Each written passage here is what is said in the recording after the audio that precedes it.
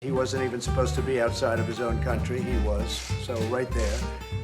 But that's, in a way, the least of it. We had an attack very recently that he was in charge of where we had people horribly wounded, one dead. In fact, the number now, as of this morning, I believe is 2 dead. And that was his. He was traveling with the head of Hezbollah. They weren't there to discuss a vacation. They weren't there to go to a nice resort someplace in Baghdad.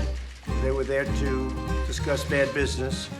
And we saved a lot of lives by terminating his life. A lot of lives are saved. They were planning something, and you're going to be hearing about it, or at least various people in Congress are going to be hearing about it tomorrow. Our Secretary of State covered it very well a little while ago. I saw his news conference, Mike. And if you want to mention a couple of things in addition to what I've just said, but we had tremendous information. We've been following him for a long time, and we followed his path for those 3 days, and they were not good stops. We didn't like where he was stopping. They were not good stops. We saved a lot of lives. Mike? Mr. President, I'd only add we had deep intelligence indicating there was active plotting that put American lives at risk. And I'm confident, I think the President's confident too, that the actions that the President took saved American lives, saved lives of Iraqi Muslims as well. It was the right thing to do, and our Department of Defense did an excellent job executing the mission. And as you know, he killed at least 608 Americans, but the number is much higher than that. He's also very much roadside bombs and all of the horrible explosives that you see. He was a big believer and sent them everywhere. He was somebody that we did ourselves and we did a lot of countries a big favor. And I've been hearing from countries, they were extremely happy with what we did. And if you look inside Iran itself, there were plenty of those leaders that were happy because they feared him and didn't like him in many cases. Could you also clear up, Mr. President, whether Iranian cultural sites would be on any future targets? Well, as I said yesterday, it was very interesting. They're allowed to kill our people. They're allowed to maim our people. They're allowed to blow up everything that we have, and there's nothing that stops them. And we are, according to various laws, supposed to be very careful with their cultural heritage. And you know what? If that's what the law is, I like to obey the law. But think of it, they kill our people, they blow up our people, and then we have to be very gentle with their cultural institutions. But I'm okay with it. It's okay with me. I will say this, if Iran does anything that they shouldn't be doing, they're going to be suffering the consequences, and very strongly. All right, Steve? Of imminent retaliation from the Iranians? Any indications of imminent? Well, don't forget, in our case, it was retaliation because they were there first. They killed, and look, I don't have to talk about him for 18 to 20 years. He was a monster. But just in a very short period of time, 2 people dead, people badly injured, and then before that, there were other attacks. And look at what he was planning. So that'll be discussed tomorrow morning. Right now, it's classified. That'll be discussed tomorrow with Mike Pompeo and the Joint Chiefs of Staff. Is the U.S. prepared for an Iranian attack? We're prepared. We're totally prepared. And likewise, we're prepared to attack if we have to, as retribution. Mr. President, Iran's leader said that any response to solamani killing would be, quote, proportional. What would the United States do in the event of any Iranian? So, again, John, if you look at what's going on, ours was an attack based on what they did. We weren't the first one out. He killed an American. Now 2 people are dead from the same attack, and some people very badly wounded.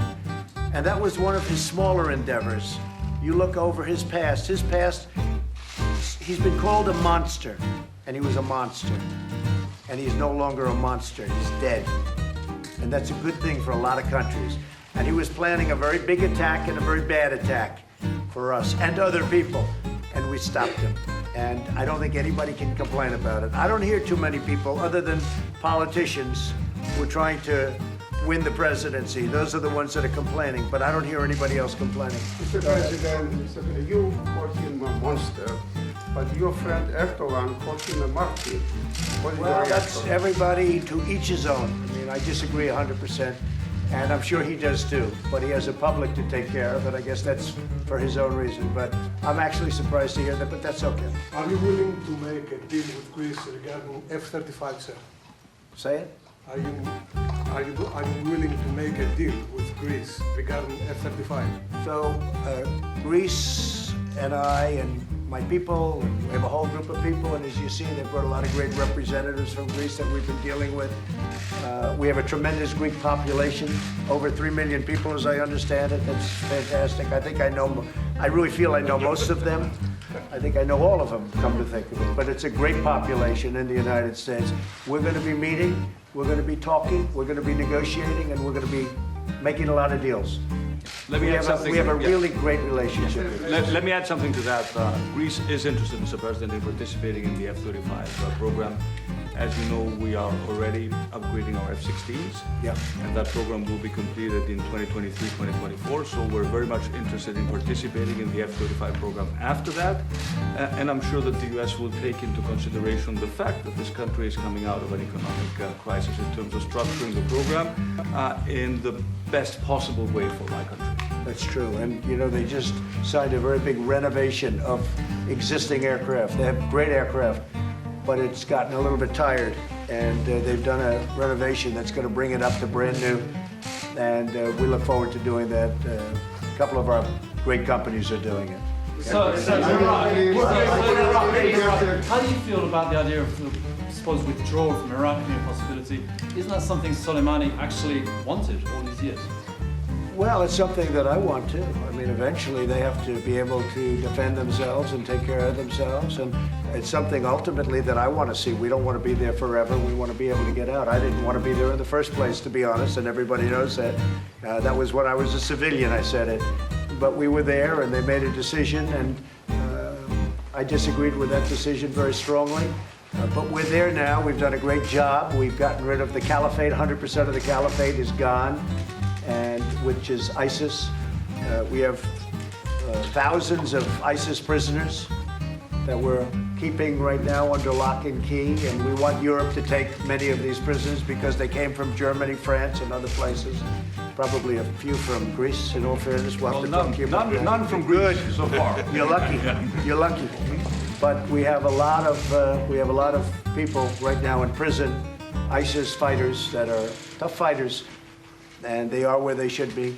So I think we've done a fantastic job, but eventually we want to be able to let Iraq run its own affairs, and that's very important. So at some point we want to get out, but this isn't the right point. The other thing is, if we do get out, you know, we've spent a tremendous amount of money on building airports and building, it's one of the largest embassies we have in the world, Mike. And we want to be reimbursed for the various costs that we have had, and they're very significant, but we'll work something out. And I talk sanctions, but I'm only talking sanctions if we're not treated with respect. We have to be treated with respect. With what, excuse me? Wait. 1 second.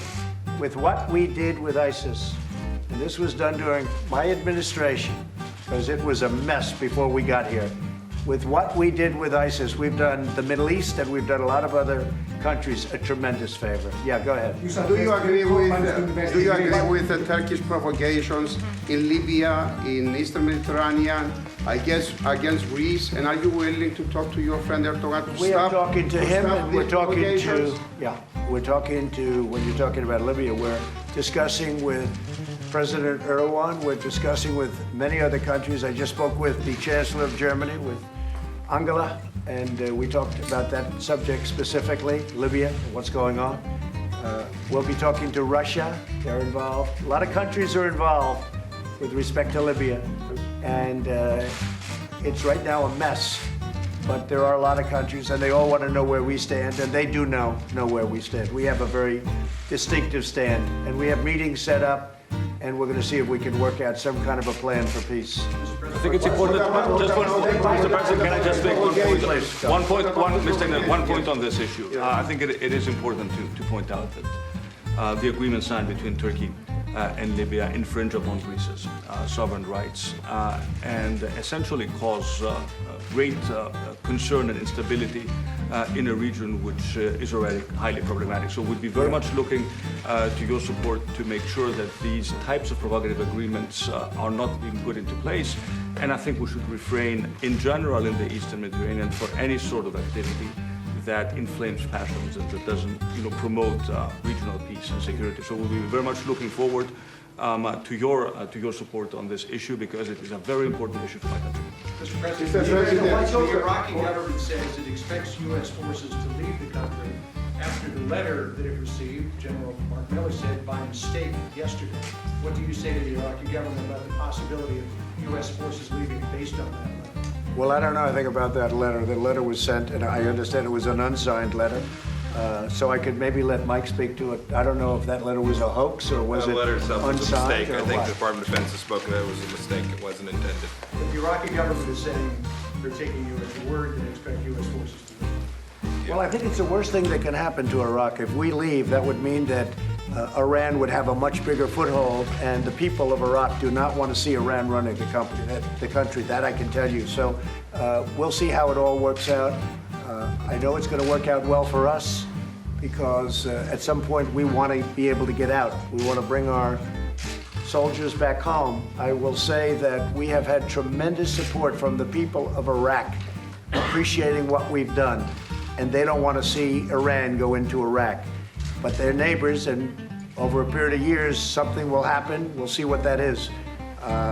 But what was said yesterday, I didn't know about. I really don't know about it. What is that, Mike? What exactly? I just know that there was a draft letter that was A sent out draft by unsigned. unsigned letter. And the media knew that. Was, So, they but knew don't it. like to say it. Yeah. The Iraqi people understand that we're there to help them stand up their sovereignty. The Iraqi people were not happy when the suggestion was made yesterday that we were thinking about leaving at some